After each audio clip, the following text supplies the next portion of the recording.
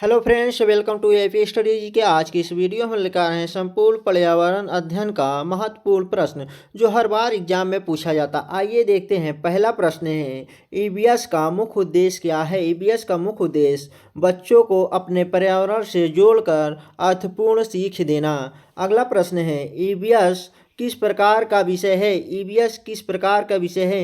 एकीकृत विषय है। अगला प्रश्न है, ईबीएस में स्थानीय वैश्विक दृष्टिकोण का अर्थ क्या है।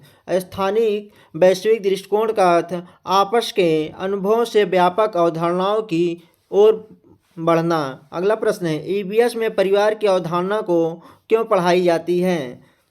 सामाजिक संबंधों की समझ विकसित करने हेतु के लिए। अगला प्रश्न है, संयुक्त परिवार ईबीएस में किस मूल्य को बढ़ावा देता है। सहयोग और साझा उत्तरदायित्व को। अगला प्रश्न है, मित्रता से बच्चों में कौन सा सामाजिक गुण विकसित होता है। सहानुभूति। अगला प्रश्न है, ईबीएस में काम और खेल को क्यों जोड़ा जाता है। इसका राइट आंसर हो जाए सीख को जीवन से जोड़ने के लिए। अगला प्रश्न है, खेल ईबीएस में किस कौशल का विकास करता है। सामाजिक एवं शारीरिक कौशल का। अगला प्रश्न है, जानवरों का अध्ययन ईबीएस में क्यों आवश्यक है। जैव विविधता की समझ हेतु के लिए। अगला प्रश्न है, पालतू जानवर बच्चों में क्या विकसित करते हैं। जिम्मेदारी की भावना। अगला प्रश्न है, शाकाहारी जानवर ईबीएस में किस अवधारणा से जुड़े हैं। खाद्य श्रृंखला से। अगला प्रश्न है, पौधों को ईबीएस में प्राथमिक स्तर पर क्यों पढ़ाया जाता है। जीवन की मूलभूत समझ के लिए। अगला प्रश्न है, पौधे किस प्रक्रिया द्वारा भोजन बनाते हैं। प्रकाश संश्लेषण द्वारा। अगला प्रश्न है, जल का मुख्य कार्य क्या है। जल और खनिजों का अवशोषण। अगला प्रश्न है, ईबीएस में भोजन का अध्ययन क्यों महत्वपूर्ण है। पोषण और स्वास्थ्य की समझ के लिए। अगला प्रश्न है, संतुलित आहार का अर्थ क्या है। सभी पोषक तत्वों का उचित अनुपात। अगला प्रश्न है, प्रोटीन की कमी से कौन सा रोग होता है। क्वाशीओरक रोग। अगला प्रश्न है, विटामिन सी की कमी से कौन सा रोग होता है। स्कर्वी रोग। अगला प्रश्न है, भोजन पकाने से उसका कौन सा गुण बढ़ता है। इसका राइट आंसर हो जाएगा पाचन क्षमता। अगला प्रश्न है, उबालने की विधि भोजन के किस गुण को सुरक्षित रखती है। इसका राइट आंसर हो जाएगा पोषक तत्व को। अगला प्रश्न है, ईबीएस में संस्कृति विविधता भोजन से कैसे जुड़ती है। इसका राइट आंसर हो जाए विभिन्न क्षेत्रों के खान पान से। अगला प्रश्न है, आश्रय ईबीएस में किस मूलभूत आवश्यकता से जुड़ा है। इसका राइट आंसर हो जाएगा सुरक्षा से। अगला प्रश्न है, इग्लू किस क्षेत्र का घर है। ध्रुवीय क्षेत्र का। अगला प्रश्न है, झोपड़ी किस सामग्री से बनी होती है। स्थानीय प्राकृतिक सामग्री से। अगला प्रश्न है, पशुओं के आवास का अध्ययन क्यों जरूरी है। उनकी आवश्यकताओं को समझने हेतु के लिए। अगला प्रश्न है, मधुमक्खी का घर क्या कहलाता है। छत्ता। अगला प्रश्न है, पानी ईबीएस में केंद्रीय विषय क्यों है। जीवन की अनिवार्यता के कारण। अगला प्रश्न है, पीने योग्य पानी को क्या कहते हैं। स्वच्छ जल। अगला प्रश्न है, वर्षा जल संचयन का मुख्य उद्देश्य क्या है। जल संरक्षण। अगला प्रश्न है, मलेरिया किसके कारण फैलता है। मच्छर के कारण। अगला प्रश्न है, डेंगू किस मच्छर से फैलता है। एडिज मच्छर से। अगला प्रश्न है, हैजा किससे फैलता है। दूषित पानी से। अगला प्रश्न है, जल की कमी का प्रमुख कारण क्या है। जल का कमी का प्रमुख कारण अत्यधिक दोहन है। अगला प्रश्न है, ईबीएस में यात्रा का अध्ययन क्यों कराया जाता है। ईबीएस में यात्रा का अध्ययन क्यों कराया जाता है। स्थानिक समझ विकसित करने हेतु के लिए। अगला प्रश्न है, मानचित्र का उपयोग किस कौशल को विकसित करता है। दिशा ज्ञान को। अगला प्रश्न है, उत्तर दिशा ज्ञात करने का सरल साधन क्या है। इसका राइट आंसर हो जाएगा कंपास। अगला प्रश्न है, परिवहन के साधनों को कितने भागों में बांटा जाता है। परिवहन के साधनों को कितने भागों में बांटा जाता है। 3 भागों में, जल, स्थल, वायु। अगला प्रश्न है बैलगाड़ी किस प्रकार का परिवहन है? स्थल परिवहन। अगला प्रश्न है ईबीएस में हम जो चीज़ें बनाते हैं क्यों पढ़ाया जाता है? इसका राइट आंसर मानव श्रम की समझ के लिए। अगला प्रश्न है कुम्हार किस वस्तु का निर्माण करता है? मिट्टी के बर्तन का। अगला प्रश्न है ईबीएस शिक्षा शास्त्र का केंद्र क्या है? बच्चा। अगला प्रश्न है ईबीएस में अनुभव आधारित अधिगम का अर्थ क्या है? करके सीखना। अगला प्रश्न है ईबीएस की अवधारणा किस सिद्धांत पर आधारित है? संरचनावाद पर। अगला प्रश्न एकीकृत ईबीएस का प्रमुख लाभ क्या है? विषयों की अलगाव भावना समाप्त होना। अगला प्रश्न है पर्यावरण अध्ययन और पर्यावरण शिक्षा में अंतर क्या है? अध्ययन ज्ञान पर, शिक्षा शिक्षण पर केंद्रित है। अगला प्रश्न है सीखने का कौन सा सिद्धांत ईबीएस से अधिक जुड़ा है? क्रियात्मक अधिगम। अगला प्रश्न है ईबीएस में विज्ञान का योगदान क्या है? प्राकृतिक घटनाओं के समझ के लिए। अगला प्रश्न है सामाजिक विज्ञान ईबीएस को क्या प्रदान करता है? सामाजिक संबंधों का समझ प्रदान करता है। अगला प्रश्न है अवधारणाओं को प्रस्तुत करने की सर्वोत्तम विधि कौन सी है?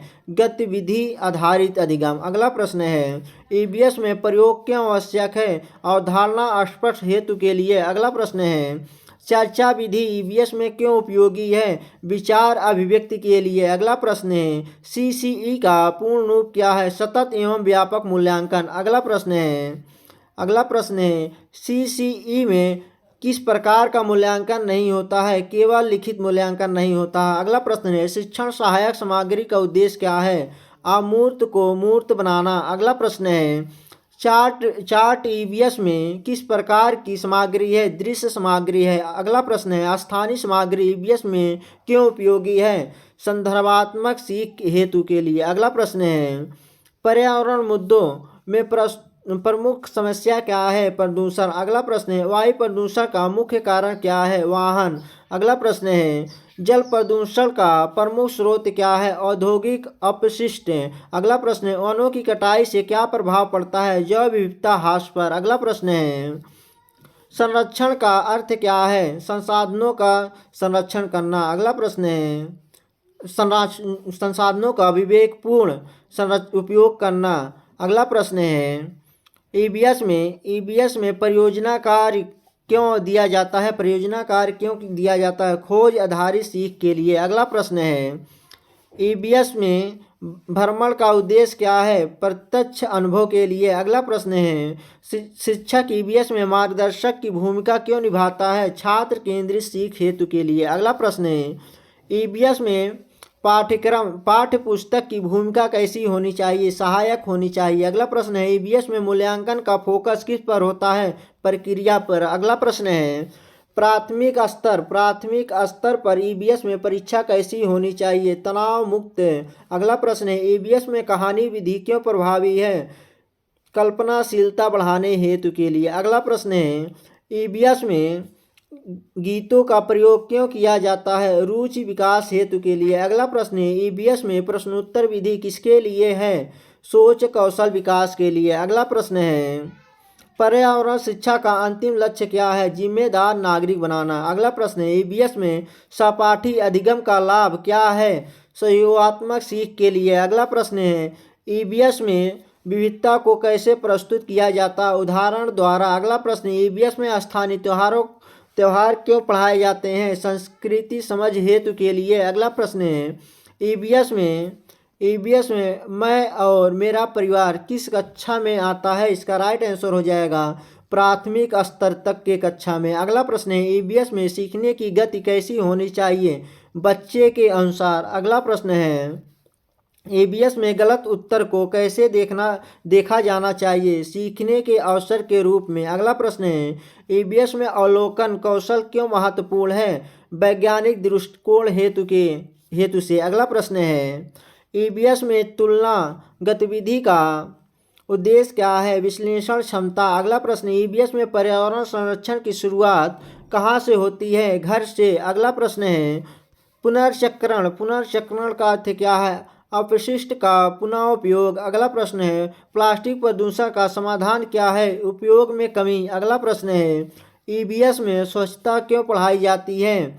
स्वास्थ्य जागरूकता हेतु के लिए। अगला प्रश्न है ईवीएस में हाथ धोना किससे जुड़ा है? रोग निवारण से। अगला प्रश्न है ईवीएस में हमारे आसपास के लोग का उद्देश्य क्या है? सामाजिक भूमिका समझना। अगला प्रश्न है ईवीएस में पुलिस का अध्ययन क्यों कराया जाता है? नागरिक जिम्मेदारी हेतु के लिए। अगला प्रश्न है ईवीएस में डाकघर किस अवधारणा से जुड़ा है? संरचना से। अगला संचार से। अगला प्रश्न है ईवीएस में बैंक किससे संबंधित है? धन प्रबंधन से। अगला प्रश्न है ईवीएस में मूल्य शिक्षा कैसे दी जाती है? गतिविधियों द्वारा। अगला प्रश्न है ईवीएस में पाठ योजना कैसी होनी चाहिए? लचीली। अगला प्रश्न है ईवीएस में बहुसंवेदी अधिगम क्यों जरूरी है? अस्थायी सीख हेतु के लिए। अगला प्रश्न है ईवीएस में अनुभव साझा करना क्यों आवश्यक है? सामाजिक सीख हेतु के लिए। अगला प्रश्न है ईवीएस में पर्यावरण दिवस मनाने का उद्देश्य क्या है? जागरूकता। अगला प्रश्न है ईवीएस में जल दिवस क्यों मनाया जाता है? संरक्षण हेतु के लिए। अगला प्रश्न है ईवीएस में स्थानीय समस्याओं को क्यों शामिल किया जाता है? प्रासंगिकता बढ़ाने हेतु के लिए। अगला प्रश्न है ईवीएस में समस्या समाधान विधि क्यों जरूरी है? चिंतन विकास हेतु के लिए। अगला प्रश्न है ईवीएस में खुले प्रश्न क्यों पूछे जाते हैं? रचनात्मक सोच हेतु के लिए। अगला प्रश्न है ईवीएस में शिक्षक का प्रमुख दायित्व क्या है?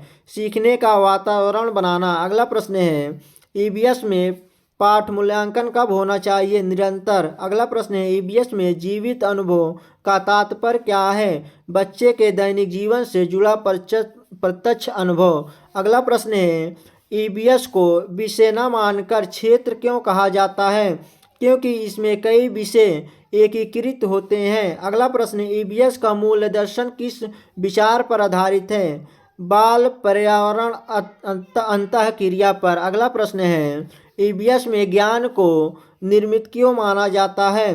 क्योंकि बच्चा अनुभव से ज्ञान गढ़ता है। अगला प्रश्न है ईवीएस में पाठ की शुरुआत प्रश्न से क्यों होनी चाहिए? जिज्ञासा उत्पन्न करने हेतु के लिए। अगला प्रश्न है ईवीएस में पाठ का अंत खुला क्यों रखा जाता है? आगे सोचने के अवसर हेतु के लिए। अगला प्रश्न ईवीएस में परिवार की संरचना समस्या के साथ क्यों बदलती है? सामाजिक आर्थिक के लिए। अगला प्रश्न है सामाजिक आर्थिक परिवर्तन के कारण। अगला प्रश्न है ईवीएस में बुजुर्गों की भूमिका क्यों पढ़ाई जाती है?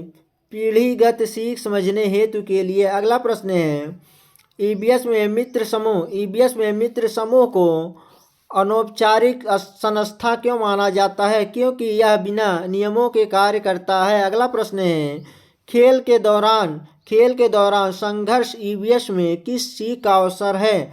समस्या समाधान का। अगला प्रश्न है ईवीएस में पशुओं के प्रति भय को कैसे संबोधित किया जाना चाहिए? अनुभव और चर्चा द्वारा। अगला प्रश्न है ईवीएस में जानवरों को मानवीय गुण देना क्यों अनुचित है? यह वैज्ञानिक दृष्टिकोण को कमजोर करता है। अगला प्रश्न है ईवीएस में भोजन की आदतें सामाजिक पहचान क्यों दर्शाती हैं?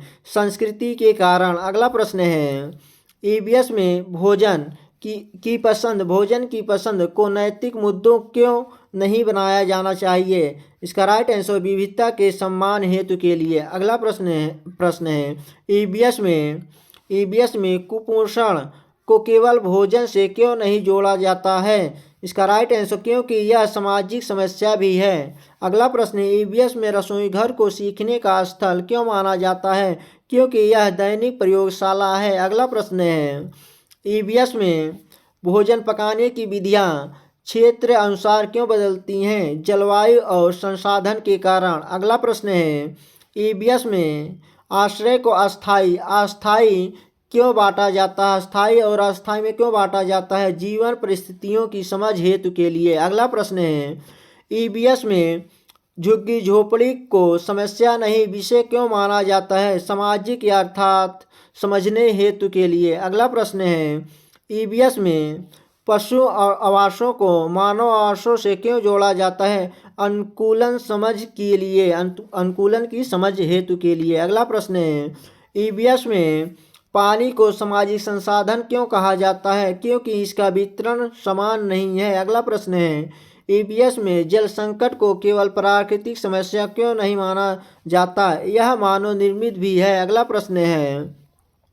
ईवीएस में जल जनित रोगों को स्वच्छता से क्यों जोड़ा जाता है? रोकथाम की समझ हेतु के लिए। अगला प्रश्न है, ईवीएस में वर्षा जल संचयन को समाधान के रूप में क्यों पढ़ाया जाता है? स्थानीय स्तर पर प्रभावी होने के कारण। अगला प्रश्न है, ईवीएस में यात्रा को केवल भ्रमण क्यों नहीं माना जाता है?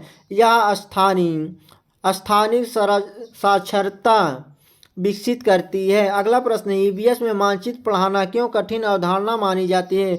क्योंकि यह अमूर्त प्रतीकों पर आधारित है। अगला प्रश्न है, ईवीएस में दिशा ज्ञान को शरीर से क्यों जोड़ा जाता है? इसका राइट ठोस अनुभव देने हेतु के लिए। अगला प्रश्न, ईवीएस में परिवहन संसाधनों का विकास क्यों पढ़ाया जाता है?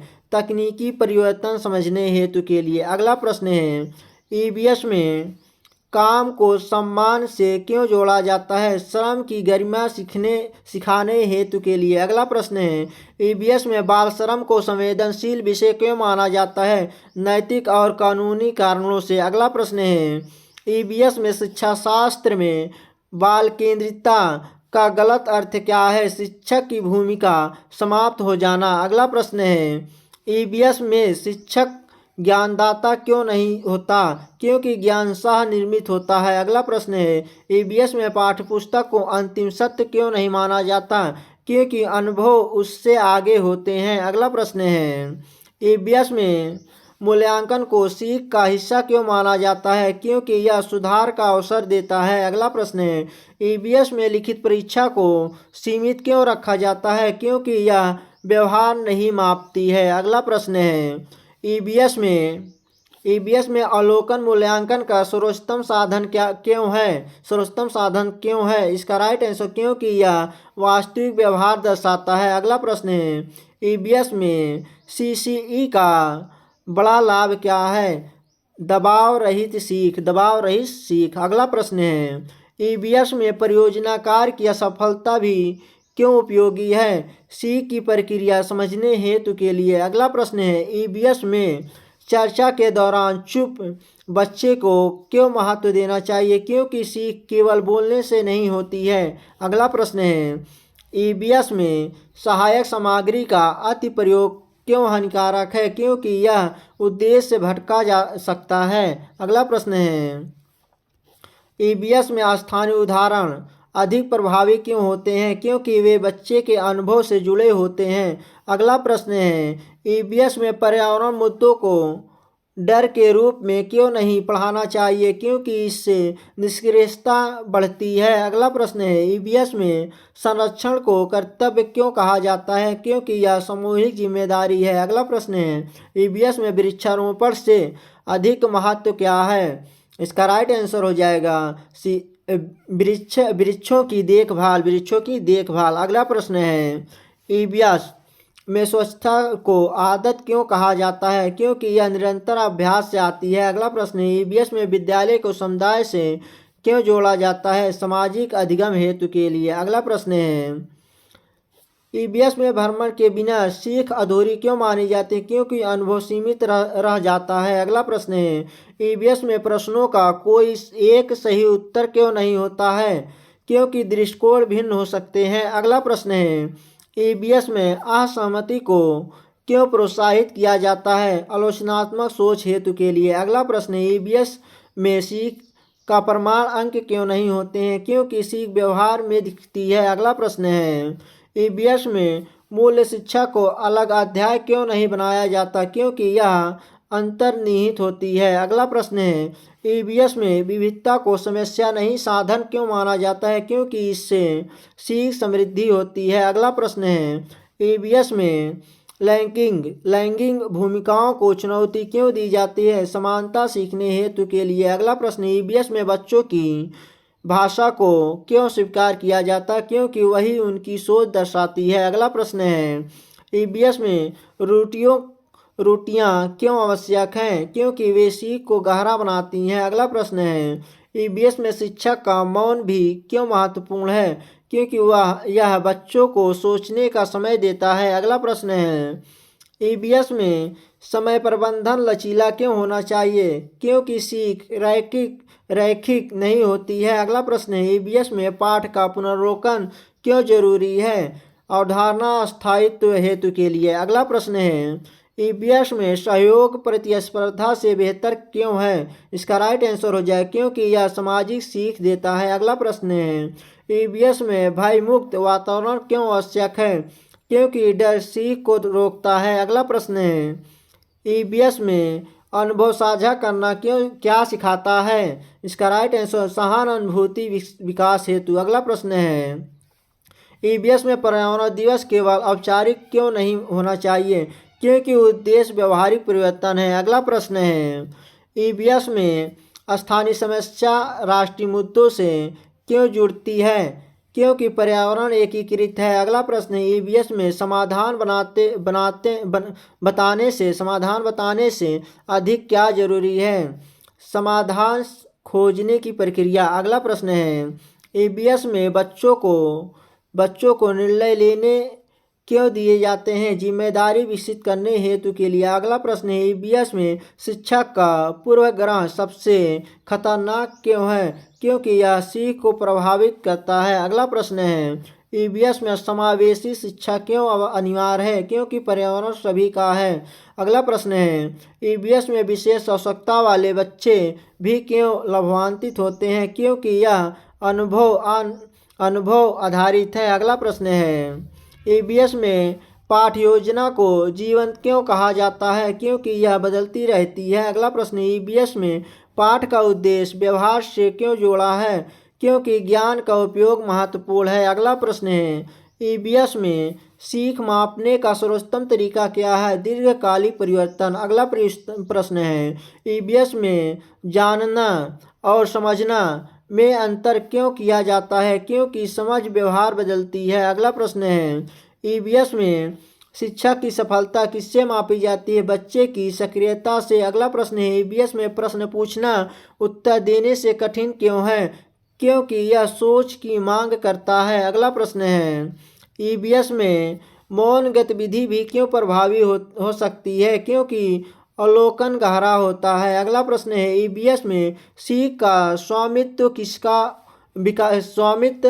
होता है? बच्चे का। अगला प्रश्न है, ईबीएस में पर्यावरण शिक्षा का अंतिम लक्ष्य क्या है? सतत जीवन शैली। अगला प्रश्न है, ईबीएस में नागरिकता की शुरुआत कहाँ से होती है? दैनिक व्यवहार से। अगला प्रश्न है, ईबीएस में शिक्षक का दृष्टिकोण क्यों निर्णायक है? क्योंकि वही सीख की दिशा तय करता है। अगला प्रश्न है, ईबीएस में बाल अधिकार क्यों पढ़ाए जाते हैं? आत्मसम्मान हेतु के लिए। अगला प्रश्न है, ईबीएस में प्रश्न आधारित पाठ क्यों श्रेष्ठ है? क्योंकि यह सोच को प्रेरित करता है। अगला प्रश्न है, ईबीएस में सीख को परीक्षा से अलग क्यों रखा जाता है? क्योंकि सीख सतत प्रक्रिया है। अगला प्रश्न है, ईबीएस में पर्यावरणीय संवेदनशीलता कैसी आती है? अनुभव और चिंतन से। अगला प्रश्न है, ईबीएस में छोटे बदलाव भी क्यों महत्वपूर्ण है? क्योंकि वे आदत बनाते हैं। अगला प्रश्न है,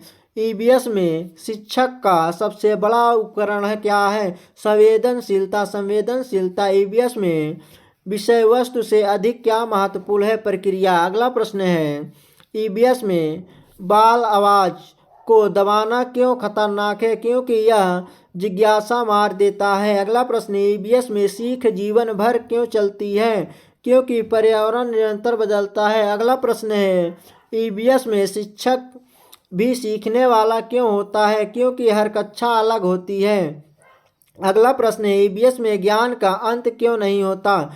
क्योंकि अनुभव अनंत है। अगला प्रश्न है, ईबीएस में प्रश्नों की गुणवत्ता किस पर निर्भर करती है? शिक्षक की समझ पर। अगला प्रश्न है, ईबीएस में पाठ की सफलता का संकेत क्या है? बच्चे के व्यवहार में बदलाव। अगला प्रश्न है, ईबीएस में पाठ्यक्रम का बोझ क्यों कम होना चाहिए ताकि अनुभव बढ़े। अगला प्रश्न है ईवीएस में सीख का आनंद क्यों जरूरी है, क्योंकि आनंद से सीख अस्थायी होती है। अगला प्रश्न है ईवीएस में पर्यावरणीय चेतना क्यों समय सापेक्ष है, क्योंकि समस्या बदलती हैं। अगला प्रश्न है ईवीएस में शिक्षक का धैर्य क्यों परीक्षा में होता है, क्योंकि सीख तुरंत नहीं दिखती है। अगला प्रश्न है ईवीएस में बच्चे का प्रश्न शिक्षक से बड़ा क्यों हो सकता है, क्योंकि वह अनुभव से निकला होता है। अगला प्रश्न है ईवीएस में शिक्षण का सर्वोच्च स्तर क्या है, आत्मनिर्भर सोच। अगला प्रश्न है ईवीएस में मैं की अवधारणा का उद्देश्य क्या है, आत्म जागरूकता विकसित करना। अगला प्रश्न है ईवीएस में परिवार को सामाजिक इकाई क्यों कहा जाता है, क्योंकि यह समाज की सबसे छोटी इकाई है। अगला प्रश्न है एकल परिवार में निर्णय प्रक्रिया कैसी होती है, सीमित और त्वरित। अगला प्रश्न है ईवीएस में मित्रता से किस भावनात्मक विकास पर बल मिलता है, विश्वास पर। अगला प्रश्न है खेल के दौरान नियमों का पालन किस मूल्य को दर्शाता है, अनुशासन से। अगला प्रश्न है समूह खेल ईवीएस में किस कौशल को बढ़ाते हैं, सहयोग को। अगला प्रश्न है ईवीएस में पशुओं को संवेदनशील प्राणी के रूप में क्यों दिखाया जाता है, करुणा विकसित करने हेतु के लिए। अगला प्रश्न है दूध देने वाले पशु किस श्रेणी में आते हैं, पालतू पशु के रूप में। अगला प्रश्न है वन्य पशुओं का संरक्षण क्यों आवश्यक है, पारिस्थितिकी संतुलन के लिए। अगला प्रश्न है भोजन श्रृंखला में पौधे किस स्तर पर होते हैं, उत्पादक स्तर पर। अगला प्रश्न है ईवीएस में जुगाली करने वाले पशु किस अवधारणा से जुड़े होते हैं, पाचन से। अगला प्रश्न है पौधों में वातुसर्जन किस अंग से होता है, पत्तियों से। अगला प्रश्न है बीज का अंकुरण किस पर निर्भर करता है, जल, वायु और तापमान पर। अगला प्रश्न है भोजन में कार्बोहाइड्रेट का मुख्य कार्य क्या है, ऊर्जा देना। अगला प्रश्न है वसा का अत्यधिक सेवन किस समस्या से होता है, मोटापा से। अगला प्रश्न है आयोडीन की कमी से कौन सा रोग होता है, घेंघा रोग। अगला प्रश्न है कच्चा भोजन ईवीएस में किस अवधारणा से जुड़ा है, प्राकृतिक आहार से। अगला प्रश्न है भोजन की बर्बादी ईवीएस में किस मूल्य से के विरुद्ध है, संसाधन संरक्षण के। अगला प्रश्न है विभिन्न राज्यों के भोजन ईवीएस में क्यों दर्शाते हैं, सांस्कृतिक विविधता के लिए। अगला प्रश्न है आश्रय का चयन किस पर निर्भर करता है, जलवायु पर। अगला प्रश्न है पहाड़ी क्षेत्रों में ढलानदार छत क्यों होते हैं, वर्षा जल बहाव के लिए। अगला प्रश्न है पक्के घर किस सामग्री से बनते हैं, ईंट सीमेंट से। अगला प्रश्न है जानवरों के आवास ईवीएस में क्यों पढ़ाए जाते हैं, अनुकूलन समझ हेतु के लिए। अगला प्रश्न है पक्षियों का घोंसला किसका उदाहरण है, प्राकृतिक आवास का। अगला प्रश्न है पानी की 3 अवस्थाएं कौन सी हैं, ठोस, द्रव और गैस। अगला प्रश्न है भूमिगत जल का मुख्य स्रोत क्या है, वर्षा। अगला प्रश्न है जल संरक्षण का सरल घरेलू उपाय क्या है, नल बंद रखना। अगला प्रश्न है खुले में पानी जमा होने से कौन सी समस्या होती है, मच्छर जनन की। अगला प्रश्न है डेंगू बुखार किस मौसम में अधिक होता है, वर्षा ऋतु में। अगला प्रश्न है स्वच्छ जल की कमी किस अधिकार से जुड़ी है, जीवन का अधिकार से। अगला प्रश्न है ईवीएस में यात्रा बच्चों को क्या सिखाती है, विविधता की समझ। अगला प्रश्न है पैदल यात्रा किस प्रकार का परिवहन है, स्थल परिवहन। अगला प्रश्न है मानचित्र में प्रतीकों का प्रयोग क्यों होता है, स्थान दर्शाने हेतु के लिए। अगला प्रश्न है दिशा ज्ञान का विकास किस कक्षा से शुरू होता है, प्राथमिक स्तर से। अगला प्रश्न है उत्तर दिशा मानचित्र में कहाँ होती है, ऊपर की ओर। अगला प्रश्न है ईवीएस में काम का अध्ययन क्यों आवश्यक है, श्रम के सम्मान हेतु के लिए। अगला प्रश्न है किसान का काम ईवीएस में किससे जुड़ा है, भोजन उत्पादन से। अगला प्रश्न है बुनकर किस कच्चे माल का उपयोग करता है, सूत का। अगला प्रश्न है ईबीएस में हस्तशिल्प का अध्ययन क्यों कराया जाता है? स्थानीय कौशल समझ हेतु के लिए। अगला प्रश्न है, ईबीएस शिक्षा शास्त्र में बाल केंद्रितता का अर्थ क्या है? बच्चे की रुचि के अनुसार सीख। अगला प्रश्न है, ईबीएस का पाठ्यक्रम किस पर आधारित होता है? जीवन अनुभव पर। अगला प्रश्न है, ईबीएस में विषय वस्तु का चयन किस आधार पर होता है? बच्चे का परिवेश के आधार पर। अगला प्रश्न है, एकीकृत ईबीएस किस कक्षा तक पढ़ाई जाती है? एकीकृत ईबीएस कक्षा 5 तक पढ़ाया जाता है। अगला प्रश्न है, ईबीएस में संरचनावादी दृष्टिकोण क्या कहता है? बच्चा ज्ञान स्वयं बनाता है। अगला प्रश्न है, ईबीएस में शिक्षक की भूमिका कैसी होती है? सहायक। अगला प्रश्न है, विज्ञान और सामाजिक विज्ञान ईबीएस में कैसे जुड़े हैं और अवधारणात्मक स्तर पर? अगला प्रश्न है, ईबीएस में अवधारणाओं को ठोस से अमूर्त क्यों ले जाया जाता है? बेहतर समझ हेतु के लिए। अगला प्रश्न है, गतिविधि आधारित शिक्षण ईबीएस में क्यों जरूरी है? सक्रिय भागीदारी के लिए। अगला प्रश्न है, प्रयोग से ईबीएस में क्या विकसित होता है? वैज्ञानिक दृष्टिकोण। अगला प्रश्न है, परियोजना विधि ईबीएस में किस प्रकार की सीख देती है? खोजधारी सीख। अगला प्रश्न है, चर्चा विधि ईबीएस में किसके लिए उपयोगी है? विचार विनिमय के लिए। अगला प्रश्न है, सीसीई में मूल्यांकन का उद्देश्य क्या है? स्वर्णिम विकास। अगला प्रश्न है, सीसीई में सह शैक्षणिक क्षेत्र शामिल क्यों है? संपूर्ण व्यक्तित्व विकास हेतु के लिए। अगला प्रश्न है, ईबीएस में मौखिक मूल्यांकन क्यों जरूरी है? मौखिक मूल्यांकन क्यों जरूरी है? अभिव्यक्ति कौशल हेतु के लिए। अगला प्रश्न है, शिक्षण सहायक सामग्री सीख को कैसी बनाती हैं? रोचक। अगला प्रश्न है, वास्तविक वस्तुओं का प्रयोग ईबीएस में क्यों किया जाता है? प्रत्यक्ष अनुभव हेतु के लिए। अगला प्रश्न है, चार्ट पर मॉडल किस प्रकार की सामग्री है? टीएलएमआई मॉडल की। अगला प्रश्न है, स्थानीय संसाधनों का ईबीएस में क्यों जरूरी है? संदर्भात्मक अधिगम हेतु के लिए। अगला प्रश्न है, पर्यावरणीय मुद्दों में सबसे बड़ी चुनौती क्या है? मानव गतिविधियां। अगला प्रश्न है, ध्वनि प्रदूषण का मुख्य स्रोत क्या है? वाहन। अगला प्रश्न है, वनों की कटाई से जल चक्र का क्या प्रभाव पड़ता है? जल चक्र पर क्या प्रभाव पड़ता है? असंतुलन। अगला प्रश्न है, संरक्षण और संवर्धन में क्या अंतर है? संरक्षण बचाव, संवर्धन वृद्धि। अगला प्रश्न है, ईबीएस में वृक्षारोपण गतिविधि क्यों कराई जाती है? जिम्मेदारी विकास हेतु के लिए। अगला प्रश्न है, ईबीएस में स्वच्छता अभियान का उद्देश्य क्या है? स्वास्थ्य सुधार से। अगला प्रश्न है, ईबीएस में विद्यालय परिसर क्यों महत्वपूर्ण है? प्रयोगशाला के रूप में। अगला प्रश्न है, ईबीएस में सामुदायिक सहभागिता क्यों जरूरी है? सामाजिक सीख हेतु के लिए। अगला प्रश्न है, ईबीएस में क्षेत्र भ्रमण का मुख्य लाभ क्या है? अर्थात अनुभव से। अगला प्रश्न है, ईबीएस में प्रश्न पूछने की स्वतंत्रता क्यों दी जाती है? जिज्ञासा बढ़ाने हेतु के लिए। अगला प्रश्न, ईबीएस में गलतियां क्यों स्वीकार्य है? सीख की प्रक्रिया का भाग है। अगला प्रश्न है, ईबीएस में सहयोगात्मक अधिगम क्या बढ़ाता है? सामाजिक कौशल। अगला प्रश्न, ईबीएस में कहानी विधि किस प्रकार की सीख देती है? भावात्मक सीख। अगला प्रश्न है, ईबीएस में नाटक का प्रयोग क्यों किया जाता है? भाव अभिव्यक्ति हेतु के लिए। अगला प्रश्न है, ईबीएस में गीत बच्चों को क्या सिखाते हैं? यादगार सीख। अगला प्रश्न है, ईबीएस में खुले प्रश्न क्यों प्रभावी हैं? आलोचनात्मक सोच हेतु के लिए। अगला प्रश्न है, ईबीएस में बहुविषयक दृष्टिकोण क्यों जरूरी है?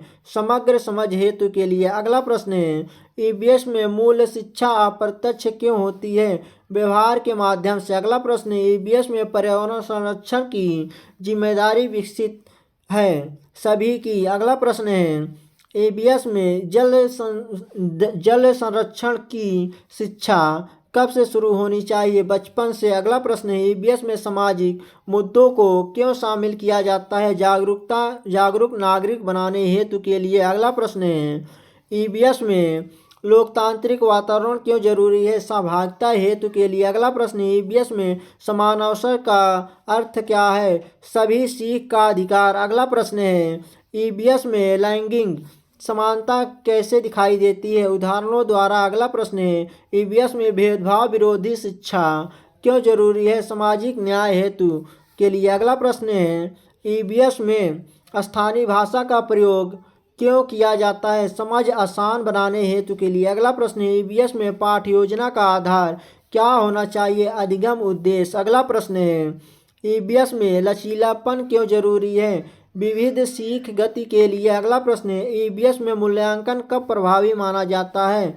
जब यह सतत हो। अगला प्रश्न है, ईवीएस में अधिगम का प्रमाण क्या है? व्यवहार परिवर्तन। अगला प्रश्न है, ईवीएस में सीखने का सर्वोत्तम माध्यम क्या है? अनुभव। अगला प्रश्न है, ईवीएस में पर्यावरण दिवस मनाने का शैक्षिक उद्देश्य क्या है? संवेदनशीलता। अगला प्रश्न है, ईवीएस में राष्ट्रीय प्रतीक क्यों पढ़ाए जाते हैं? राष्ट्रीय पहचान हेतु के लिए। अगला प्रश्न है, ईवीएस में विविधता को सम्मान क्यों सिखाया जाता है? समावेशन हेतु के लिए। अगला प्रश्न है, ईवीएस में सहानुभूति किससे विकसित होती है? सामाजिक अनुभव से। अगला प्रश्न है, ईवीएस में स्व अनुशासन कैसे विकसित होता है? सहभागिता द्वारा। अगला प्रश्न है, ईवीएस में शिक्षक का सबसे महत्वपूर्ण गुण क्या है? संवेदनशीलता। अगला प्रश्न है, ईवीएस में सीख को अस्थायी कैसे बनाया जाता है? पुनरावृत्ति और अनुभव से। अगला प्रश्न है, ईवीएस में सीखने का वातावरण कैसा होना चाहिए? भय मुक्त होना चाहिए। अगला प्रश्न है, ईवीएस में बच्चों की आवाज़ क्यों सुनी जानी चाहिए? आत्मविश्वास हेतु के लिए। अगला प्रश्न है, ईवीएस में शिक्षा का अंतिम उद्देश्य क्या है? जिम्मेदार नागरिक बनाना। थैंक यू फ्रेंड्स, वीडियो अच्छी लगे चैनल सब्सक्राइब और लाइक करें। जय हिंद दोस्तों।